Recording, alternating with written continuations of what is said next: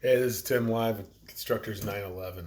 Um, Going outside to look at something that's really messed up. And that's why I tell you guys that it's very important to control your space.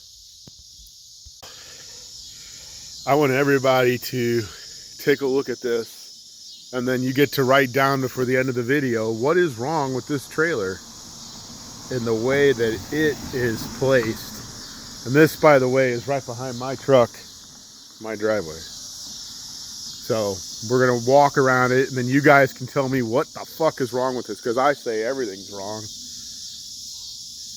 And I would really be screaming at somebody if they did this. And I'm just gonna pull right in front of here. You can kind of look down at the tongue, look at that.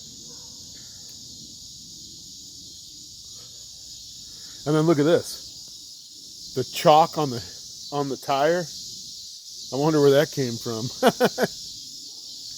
And then look at this. Look at the angle of the hill. This thing is on a hill that's that steep. And then, oh, look. Here, I'll show you where that came from. Right there. I wonder if Mr. Customer is going to bitch out about that. They're on the grass. There's all kinds of shit wrong about this one. And they're parked right in front of my fucking driveway.